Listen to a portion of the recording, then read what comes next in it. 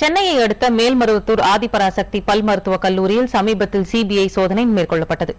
ஆதிபராசக்தி அறக்கட்டளையின் கீழ் இந்த பல் மருத்துவக் கல்லூரி இயங்குவதால் அறக்கட்டளை நிர்வாகிகளை ஆஜராகும்படி சிபிஐ அதிகாரிகள் சம்மன் அனுப்பினர்.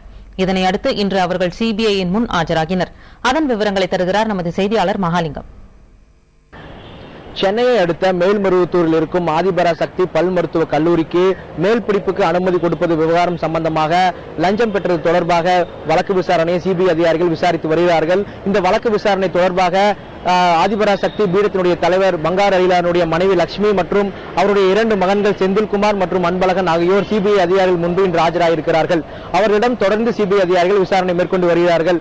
ஜனவரி மாதம் 7ஆம் தேதியன்று நடத்தப்பட்ட சிபிஐ சோதனையிலே இந்திய பல் மருத்துவ கவுன்சிலுடைய உறுப்பினர்கள் முருகேசன் மற்றும் குணசீலன் மற்றும் அந்த ஆதிபராசக்தி பல் மருத்துவ கல்லூரியினுடைய நிர்வாக இயக்குநர் சீலேகா ஆகியோரிடம் விசாரணை நடத்தப்பட்டு கைது செய்யப்பட்டார்கள்.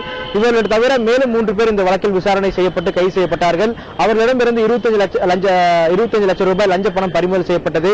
இந்த கல்லூரியினுடைய மேல் படிப்பு சம்பந்தமாக இந்திய பல் மருத்துவ கவுன்சில் குழு அந்த கல்லூரியை பார்வையிட்டது. அந்த பார்வையிட்டதுக்கு பின்பு அதற்கான அங்கீகாரம் கொடுக்கும் அளவிற்கு போதுமான வசதிகள் செய்யப்படவில்லை என்ற ஒரு குற்றச்சாட்டு இருந்தது.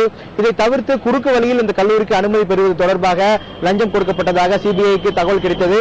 இதற்கு பிறகு சிபிஐ களத்தில் இறங்கி இந்த வழக்கு விசாரணை தொடர்ந்து நடத்தி வருகிறார்கள். இந்த வழக்கு விசாரணையின் போது இந்த ஆதிபராசக்தி பல் மருத்துவ கல்லூரி ஆதிபராசக்தி மருத்துவ டிரஸ்டுக்கு கீழ்தான் வருகிறது. எனவே இந்த டிரஸ்டில் டிரஸ்டியாக இருக்கும் பங்காரு அடிகளாருடைய மனைவி லட்சுமி மற்றும் அவருடைய 2 மகன்களும் பொறுப்பேற்க வேண்டும். அவர்கள் இதில் பங்கு இருக்கிறது, பண பரிமாற்றங்களில் அவருக்கு பொறுப்பு இருக்கிறது என்று சிபிஐ விசாரணையில் தெரிய வந்தது. இதையடுத்து கடந்த பிப்ரவரி மாதம் 15ஆம் தேதி இவர்கள் ஆஜராக வேண்டும் என்று சிபிஐ தரப்பிலிருந்து சம்மன் அனுப்பப்பட்டது.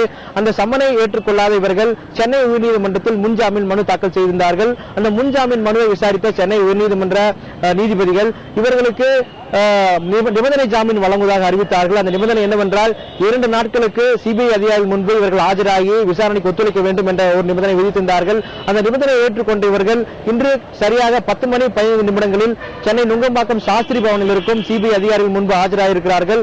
அவரிடம் தொடர்ந்து விசாரணை நடைபெற்று வருகிறது. இந்த விசாரணை மாலை வரை செல்லலாம் என்ற எதிர்பார்ப்பும் இருக்கிறது. புதிய தலைமுறைக்காக ஒளிப்பதிவாளர் ஜஸ்டினுடன் மகாலிங்கம் பொன்னுசாமி.